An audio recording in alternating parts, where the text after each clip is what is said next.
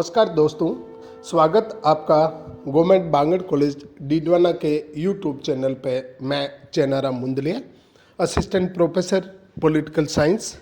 दोस्तों, आज के इस वीडियो में अपन अध्ययन करेंगे बीए पार्ट थर्ड के प्रथम प्रश्न पत्र वेस्टर्न पॉलिटिकल थॉट यानी पाश्चात्य राजनीतिक विचारक। और इस विचारकों की श्रृंखला में हम आज 19वीं सदी के एक महत्वपूर्ण ब्रिटिश विचारक जो कि उपयोगितावाद के प्रवर्तक के रूप में भी जाना जाता है, वो है जेरेमी बेंथम। तो हम जेरेमी बेंथम के जीवन परिचय एवं उसके पॉलिटिकल आइडियाज अर्थात उसके जो राजनीतिक विचारक, मुख्यतः बेंथम एक पॉलिटिकल फिलोसोफर नहीं है, अपितु एक सुधारक या उपयोगितावादी विचार के रूप में ही जाना जाता है। फिर भी उसकी पुस्तकों में या उसके विचारों में कहीं पर भी जो पॉलिटिकल आइडियाज़ देखने को मिलता है उसके बारे में हम आज विस्तार से अध्ययन करेंगे। तो आइए हम शुरू करते हैं Jeremy Bentham bio life and political idea. Jeremy Bentham के राजनीतिक विचार। आज के इस वीडियो में हम जेरेमी बेंथम के जीवन परिचय एवं उसके पॉलिटिकल जो आइडियाज है उसके बारे में अध्ययन करेंगे। बेंथम 19वीं सदी का एक ऐसा ब्रिटिश विचारक है जिसे उपयोगितावाद के प्रवर्तक के रूप में जाना जाता है। उपयोगितावाद एक आचार विषयक सिद्धांत है। इस सिद्धांत के अनुसार जिस कार्य को करने से हमें लाभ हो वह अच्छा है और जिस कार्य को करने से हानि हो वह बुरा है। राजनीतिक क्षेत्र में इस सिद्धांत का आशय यह है कि राज्य को केवल वही कार्य करने चाहिए जिनसे कि अधिकतम लोगों को अधिकतम सुख या लाभ पहुँचे। इस दृष्टि से इसे भौतिक सुखवाद का ही परिमार्जित संस्करण कह सकते हैं।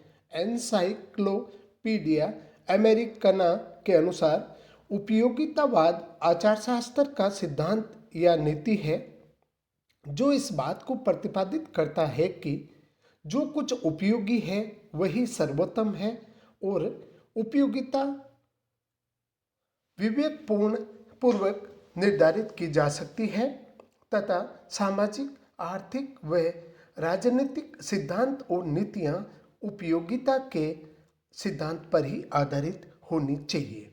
हेलो वेल के अनुसार उपयोगितावाद का आधार 19वीं सदी का उदारवाद था, जिसमें स्वतंत्रता की कल्पना प्राकृतिक अधिकारों की अपेक्षा सामाजिक उपयोगिता के रूप में अधिकाधिक की जा सकती थी। उपयोगितावाद मुख्यतः एक नैतिक सिद्धांत है जिसका आधार वह मनोवैज्ञानिक मत है जिसे हम सुखवाद कहते हैं।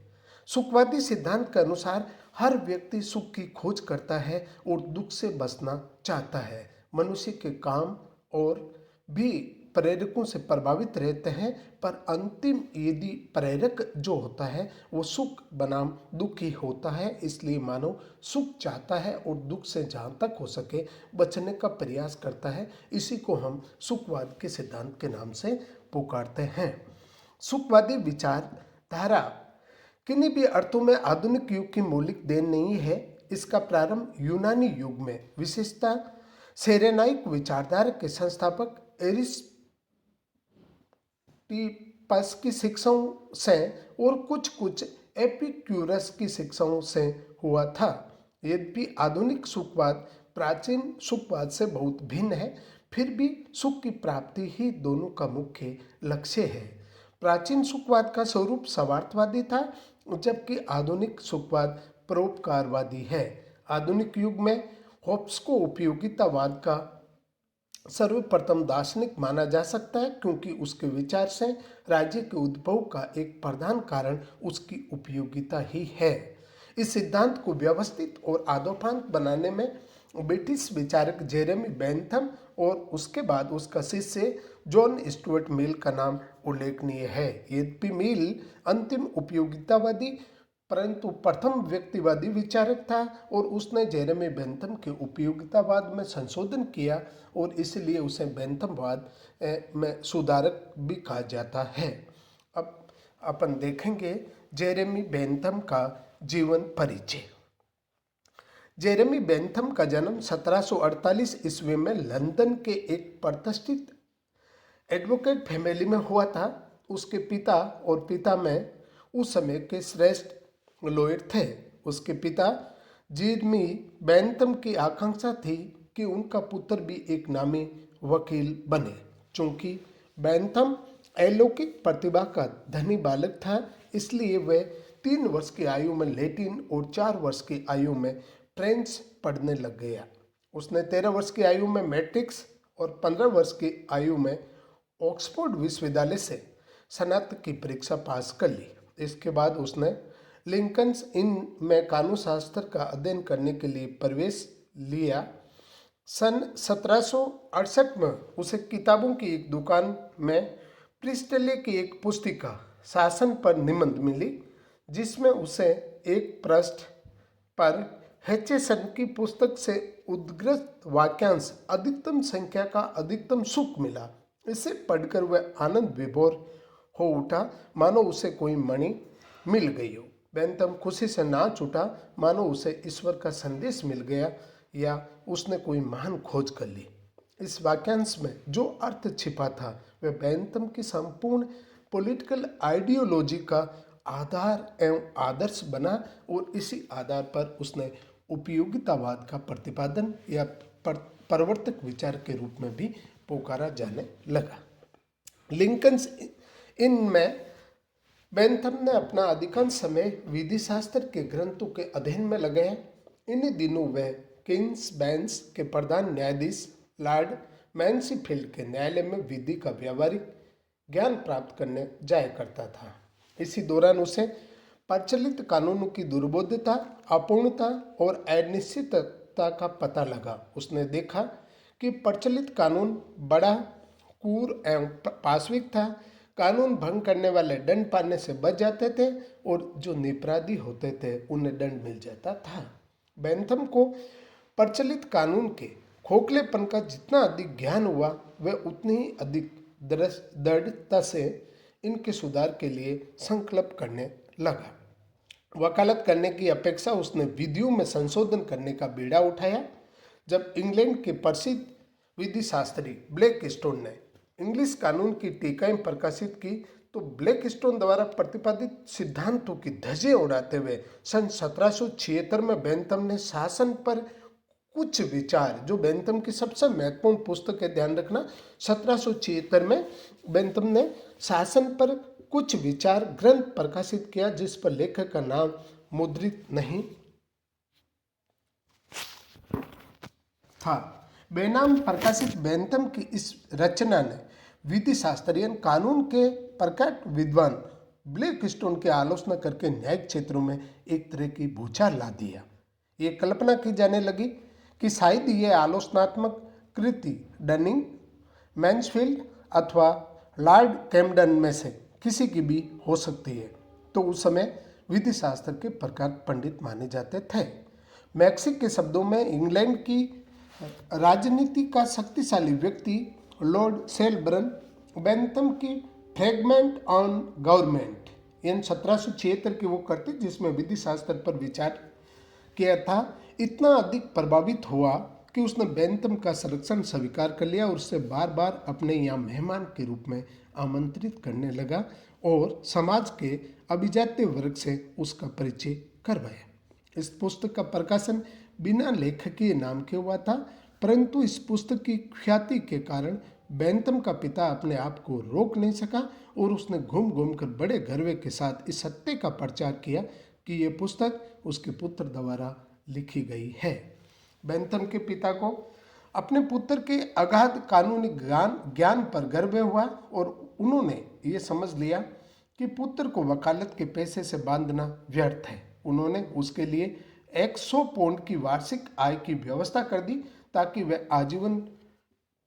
आजीविका की चिंता से मुक्त होकर चिंतन, सुधार और लेखन के कार्यों में अपने आप को लगा सके। बेंथम प्रतिदिन नियमित रूप से लिखने वाला असाधारण व्यक्ति था और ज्ञान विज्ञान के सभी क्षेत्रों में उसकी निर्बाध गति थी। उसने लेखों की पांडुलिपियां जो 148 संदूकों में बंद है, लंदन विश्वविद्यालय और ब्रिटिश म्यूजियम में आज भी सुरक्षित रूप से रखी गई है।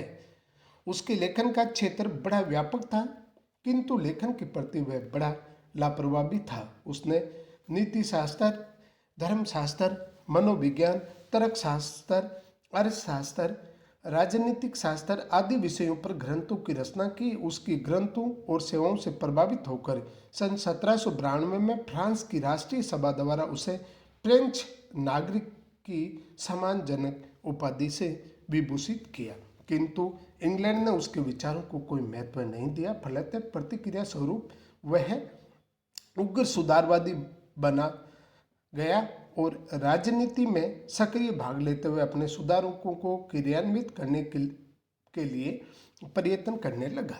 6 जून 1832 को 84 वर्ष की आयु में लंदन में बेंथम का निधन हो गया।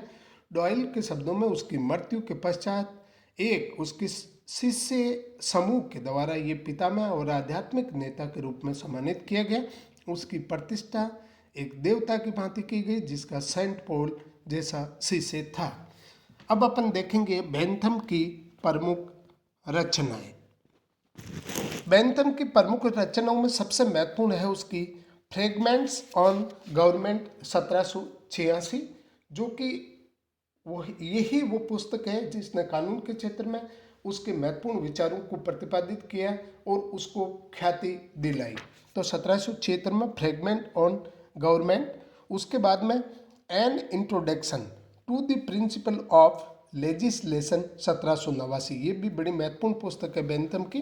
फिर इसके अलावा भी है emancipate your colonies 1783, principle of international law, discourses on civil and penal legislation 1802, a theory of punishment and rewards 1811 और कैसिज्म of parliament reform 1809।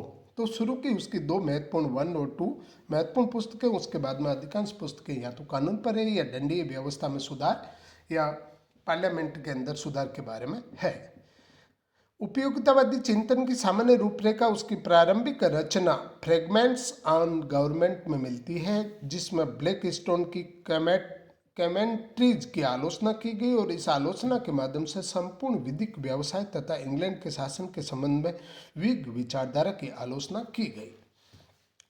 Fragments on government ग्रंथ मुख्य रूप से आलोचनात्मक था, लेकिन बेंथम ने एक अन्य प्रमुख ग्रंथ introduction to the principle of moral and legislation में पुनर्निर्माण की भी कोशिश की है। इस ग्रंथ में हेल्वेटियस द्वारा प्रतिपादित शैली पर मनोविज्ञान, नीतिशास्त्र, न्यायशास्त्र को संयुक्त किया। बेंथम का कहना था कि सुख और दुख न केवल आलोचनात्मक न्यायशास्त्र के लिए आवश्यक मूल्य का मानक प्रदान करते हैं, बल्कि वे मानव आचरण के उन कारकों को भी निर्धारित करते हैं जिनके द्वारा कुशल विधायक मानवीय व्यवहार पर नियंत्रण रख सकता है और उसे एक नवीन दिशा दे सकता है।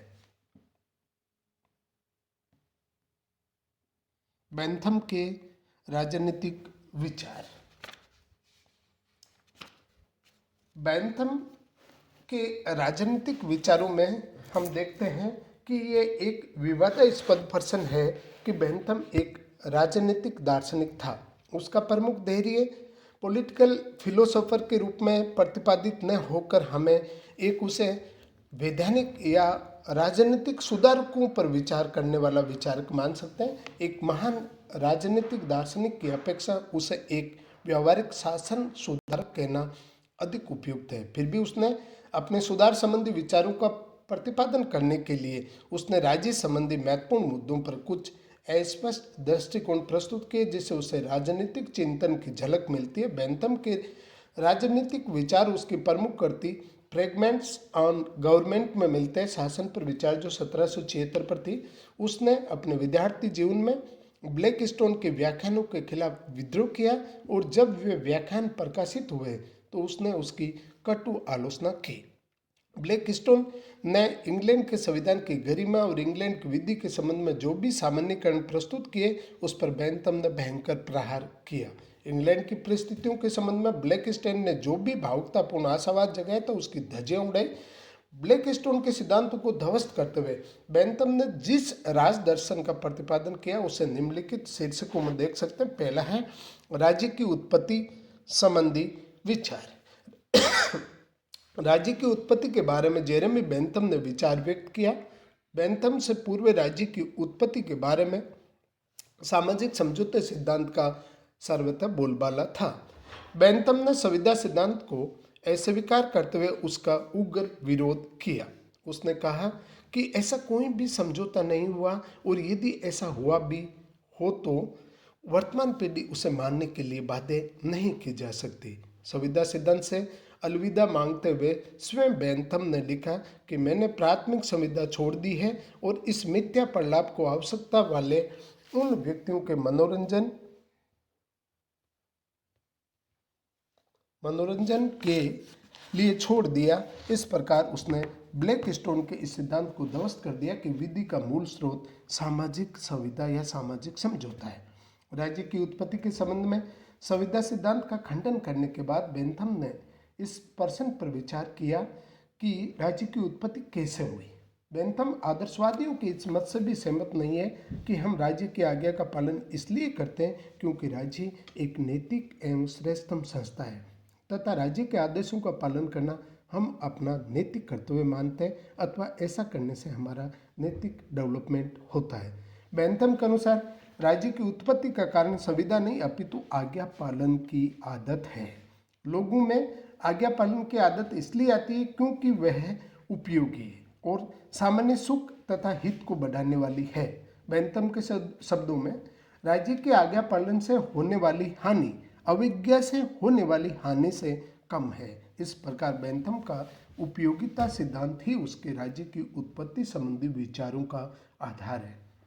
जब व्यक्तियों की एक संख्या आदतन एक व्यक्ति या व्यक्ति समूह की आज्ञा पालन करती है तो वह व्यक्ति राजनीतिक समाज या राज्य की रचना करते हैं। दूसरे शब्दों में राज्य व्यक्तियों का एक योग मात्र है और उसका हित उसके घटकों के हितों के योग से अतिरिक्त और कुछ भी नहीं है। संक्षेप में बेंथम के लिए राज्य का अस्तित्व किसके लिए है? व्यक्तियों के लिए है। राज्य व्यक्तियों के हित साधन के लिए एकमात्र साधन है। राज्य का कोई भी ऐसा हित नहीं हो सकता जो उसके घटकों अर्थात व्यक्तियों के हितों से ऊपर हो। तो इस प्रकार बेंथम राज्य की उत्पत्ति के सिद्धांत का प्रतिपादन करते हुए उपयोगितावादी विचारधारा की दृष्टिकोण से देखता है। सेकंड है संप्रभुता संबंधी विचार। बेंथम राज्य की संप्रभुता का समर्थक है। चूंकि कानून आदेश होता है अतः वह सर्वोच्च शक्ति का ही आदेश हो सकता है। बेंथम की धारणा है कि राज्य का अस्तित्व तभी तक रहता है जब तक सर्वोच्च सत्ता का आज्ञा का पालन लोग स्वभावतः पालन करते हैं। विधिक दृष्टि से बेंथम का संप्रभु निरपेक्ष एवं असीमित होता है। राज्य की संप्रभुता पर प्राकृतिक कानून प्राकृतिक अधिकार द्वारा कोई बंधन नहीं लगाया जा सकता। तथापि बेंथम का संप्रभु निरंकुश नहीं है। बेंथम के अनुसार व्यक्ति उसी सीमा तक संप्रभु की आज्ञा का पालन और कानून की आज्ञा का पालन कर सकते हैं जिस सीमा तक वैसा करना उसके हित में लाभदायी और उपयोगी होता है। यदि संप्रभु के आदेश व्यक्तियों के लिए उपयोगी न हो तो उनका ये दायित्व होता है कि वे उसका प्रतिरोध करें। बेंथम के शब्दों में यदि अवज्ञा से संभावित अनिष्ट अभिष्ट से कम हो तो व्यक्ति संप्रभु का प्रतिरोध कर सकता है। फिर है प्राकृतिक अधिकारों की धारणा का खंडन। जिस समय बेंथम एक विचारक के रूप में उभर रहे थे उस समय प्राकृतिक अधिकार अर्थात नैसर्गिक अधिकारों के सिद्धांत का बोलबाला था। थॉमस पेन तथा गार्डविन जैसे विचारकों ने प्राकृतिक अधिकारों पर बहुत बल दिया था। ये कहा जाता था कि मनुष्य को स्वतंत्रता और समानता के अधिकार प्रकृति के नियम से मिले हुए। बेंथम ने इस धारणा की खिल्ली या हंसी उड़ाई। स्वतंत्रता समानता के अधिकारों की हंसी उड़ाते हुए उसने लिखा था कि पूर्ण स्वतंत्रता पूर्ण रूप से असंभव है। पूर्ण स्वतंत्रता प्रत्येक प्रकार की सरकार की सत्ता की प्रत्यक्ष विरोधी है। क्या सब मनुष्य स्वतंत्र रूप से पैदा होते हैं? एक भी व्यक्ति ऐसा नहीं है। इसके विपरीत सब मनुष्य पराधीन पैदा होते हैं। प्राकृतिक अधिकारों को उसने केवल एक प्रलाप और मूर्खता का नग्गा नाच बताया। उसका कहना था कि व्यक्ति के प्राकृतिक अधिकारों का विचार सामाजिक जीवन में अराजकता को, राज्य सत्ता के प्रतिरोध को स्थान दिलाता है। बेंथम के शब्दों में प्राकृतिक अधिकार बकवास मात्र है। प्राकृतिक और अहस्तांतरणीय अधिकार आलंकारिक बकवास है, शब्द आडंबरों के ऊपर की बकवास है। प्राकृतिक अधिकारों का खंडन करते हुए बेंथम ने अधिकारों के संबंध में अत्यंत सरल मान्यता का प्रतिपादन भी किया। उसके अनुसार अधिकारों का निर्माण सामाजिक परिस्थितियों से होता है। वही अधिकार मानने उचित है जो समाज के अधिकाधिक व्यक्तियों को अधिकाधिक सुख उपलब्ध कराते हैं। बेंथम के विचार में अधिकार मानव के सुख में जीवन के नियम है जिसे राज्य के कानूनों द्वारा मान्यता प्रदान की जाती है। अधिकारों के प्राकृतिक स्वरूप को अस्वीकार करते हुए बेंथम ने उसके सामाजिक वैधानिक स्वरूप पर बल दिया। उसने अधिकारों के दो प्रकार बताए। नंबर 1 कानूनी अधिकार, उसके बाद में नैतिक अधिकार। कानूनी अधिकार मानव के बाह्य आचरण को, नैतिक अधिकार उसके आंतरिक आचरण को कंट्रोल करते हैं। बेंथम सिर्फ अधिकारों की ही चर्चा नहीं करता, वे कर्तव्यों पर भी बल देता है, क्योंकि बेंथम के अनुसार कर्तव्य रहित अवकाश निष्प्राण और महत्वहीन है। संक्षेप में बेंथम के अनुसार प्राकृतिक अधिकारों का सिद्धांत कोरी मूर्खता है। अधिकारों का मूल आधार उपयोगिता है। अधिकार कानून की देन है, न कि प्रकृति की। डेविडसन के अनुसार बेंथम ने प्राकृतिक अधिकारों के सिद्धांत का खंडन करते हुए उसकी जगह उपयोगिता के सिद्धांत को प्रतिपादित किया। गेटेल के शब्दों में उसे बेंथम यानी फ्रांसीसी तथा अमेरिकन क्रांतियों की लोकतांत्रिक भावना से पूर्ण सहानुभूति थी, लेकिन उसने निहित प्राकृतिक विधि दर्शन से वह गणना करता था। उसने प्राकृतिक उल्लंघनीय अधिकारों के सिद्धांत का डटकर विरोध किया और उसे बकवास कहकर पुकारा। उसने कहा कि मनुष्य उन्हीं अधिकारों का उपयोग कर सकते हैं जो उन्हें कानून द्वारा प्रदान किए जाते हैं। अच्छे कानून की कसौटी यही है कि उसे किसी सीमा तक अधिकतम व्यक्तियों को अधिकतम सुख मिलना चाहिए। शासन संबंधी विचार। बेंथम राज्य और शासन अर्थात सरकार के मध्य अंतर करता है। उसके अनुसार राज्य संपूर्ण जन समुदाय, राज्य की सत्ता कानून निर्माण की अंतिम शक्ति रखती है। सरकार राज्य के अंतर्गत वह छोटा सा संगठन है जो राज्य की इच्छा, कानून तथा उद्देश्य अधिकतम सुख को कार्य रूप प्रदान करती है। बेंथम शासन प्रणाली के प्रकार के संदर्भ में विशेष चिंतित नहीं है। उसका विचार है कि शासन का कोई भी रूप हो, उसका आधार अधिकतम लोगों का अधिकतम सुख होना चाहिए। उसने उपयोगिता की कसौटी पर विभिन्न शासन प्रणालियों की जांच करते हुए गणतंत्रीय यानी डेमोक्रेसी वाली जो गवर्नमेंट है उसका समर्थन किया। उसके अनुसार राजतंत्र शक्तिशाली शासन है, किंतु उसमें राजा का हित सर्वोपरि। कुलीन तंत्र गुणी अनुभवी लोगों का शासन है तो है, किंतु इसमें भी सर्वाधिक व्यक्तियों के सर्वाधिक सुख के सिद्धांत की पालना नहीं होती। गणतंत्र में ही अधिकतम सुख का सिद्धांत साकार हो सकता है। अतः वे इस कुटिल संसार को गणतंत्रों का जाल बिछाकर अच्छा बनाने की आशा करता था। उसके अनुसार गणतंत्रीय व्यवस्था इसलिए अच्छी है क्योंकि ये कुशलता, मितव्ययिता और जनता की महत्ता की पोषक है। गणतंत्र व्यवस्था में कानून बनाने का अधिकार जनता के प्रतिनिधियों के हाथ में होता है, किसी एक वर्ग के हाथ में नहीं। अतः कानून जनता के हित में बनते हैं। उसके विचार में न तो पूर्ण राजतंत्र और न ही सीमित राजतंत्र ही जनता को सर्वाधिक सुख प्रदान कर सकता है। अतः लोकतंत्रात्मक शासन व्यवस्था होता है तभी शासक और शासितों के हित एक हो जाते हैं, क्योंकि तब अधिकतम लोगों का अधिकतम सुख की चरम लक्ष्य की प्राप्ति होती है। फिर है राज्य के कार्य। बेंथम राज्य को सामान्य सुख की वृद्धि का माध्यम समझता है, तथापि उसका राज्य एक नकारात्मक राज्य है। वह नकारात्मक इसलिए क्योंकि वह ये लोगों को दंड विधान द्वारा ही समाज विरोधी कार्य करने से रोकता है। जनता के नैतिक चरित्र को ऊंचा उठाना उसका कोई उद्देश्य नहीं, व्यक्ति के श्रेष्ठतम गुणों का विकास नहीं है। दूसरे शब्दों में बेंथम राज्य को सकारात्मक कार्य नहीं सौंपता, अतः उसका राज्य व्यक्तिवादी है। इसलिए कैटलिन और उसके दर्शन को व्यक्तिवादी और लेसेज फेरे के सिद्धांत कहकर पुकारते हैं, क्योंकि आदर्शवादी विचारधारा वाले जो नैतिकता की बात है उसको वो नकार देता है। कानून तथा स्वतंत्रता संबंधी विचार। बेंथम के अनुसार राज्य एक विधि निर्माता निकाय है और कानून संप्रभु के आदेश है। इसी जो सेंटेंस बेंथम का है, इसको आगे चलकर ब्रिटेन में ऑस्टिन ने संप्रभुता के सिद्धांत का वैधानिक जो दृष्टिकोण प्रतिपादन किया, उसमें भी वो भी कानून को संप्रभु का आदेश ही कहता है। संप्रभु की इच्छा कानून के रूप में प्रकट होती है, इसलिए उसका पालन होता है। वह ये भी कहता है कि कानूनों का पालन करना प्रत्येक नागरिक का कर्तव्य है, क्योंकि इस आज्ञा पालन में ही उसकी और संपूर्ण समाज की भलाई निहित है, उसका हित निहित है, अर्थात उपयोगिता इसका आधार है। कानून की परिभाषा करते हुए बेंथम कहता है कि कानून संप्रभु का इच्छा के आदेशों की तरह अभिव्यक्तिकरण है, जिसमें राजनीतिक समाज के सदस्य उसका स्वाभाविक पालन करते हैं। प्राकृतिक कानून को ऐसे स्वीकार करते हुए उसने कानून के दो प्रकार बताए, देवीय कानून और मानवीय। देवी कानून रहस्यमय और ज्ञानातीत होते हैं, इसका स्वरूप भी निश्चित नहीं है, अतः मानवीय कानून का निश्चित रूप राज्य के लिए आवश्यक है। उसने ये भी प्रतिपादित किया है कि प्रत्येक कानून का आधार उपयोगिता है। यदि कोई कानून समाज का हित साधन करने में असफल रहता है तो वह कानून हो ही नहीं सकता। बेंथम के शब्दों में, किसी कानून को समाप्त करने से समाज का लाभ हो और फिर भी उसे समाप्त नहीं किया गया तो वह कानून नहीं रह जाता। बेंथम ने अपने उपयोगिता के सिद्धांत को विधि निर्माण के लिए प्रयोग करने की सलाह दी। उसने कहा कि प्रत्येक विधि अथवा कानून को अधिकतम लोगों के अधिकतम हित के उद्देश्य से ही बनाना चाहिए। उसने राजसत्ता द्वारा बनाई गई प्रत्येक विधि की कसौटी उपयोगिता को माना है।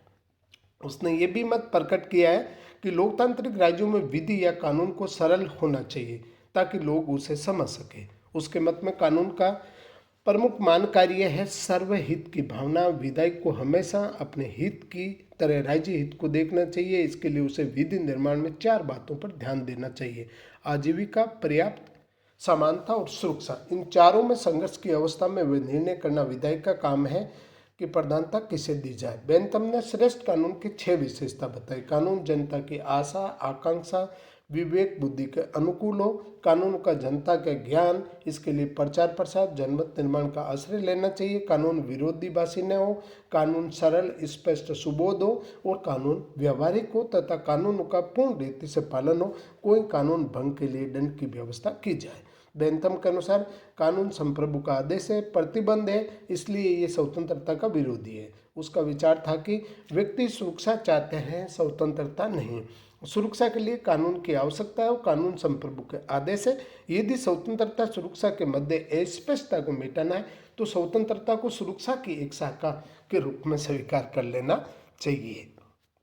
तो इस प्रकार से बेंथम स्वतंत्रता के ऊपर सुरक्षा या उपयोगिता को महत्व देता है, जो बाद में जॉन स्टुअर्ट मिल के द्वारा आलोचना का कारण बनता है।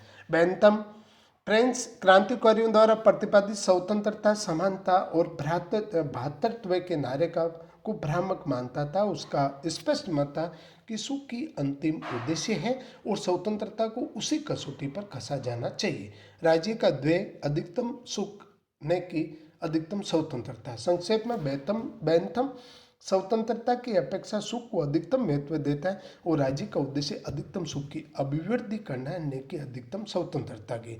गेटेल के शब्दों में, जीवन की एक उपयोगितावादी योजना में स्वतंत्रता को कोई स्थान नहीं हो सकता। ये सुख की कोई आवश्यक तत्व नहीं है, इसलिए सुख के समान समर्पण कर देना चाहिए। तो इस प्रकार हमने जेरेमी बेंथम का जीवन परिचय, उसकी प्रमुख पुस्तकें और उसके साथ ही उसका जो पॉलिटिकल आइडियाज़ था उसके बारे में हमने आज के इस वीडियो में अध्ययन किया। जय हिंद, जय भारत, धन्यवाद।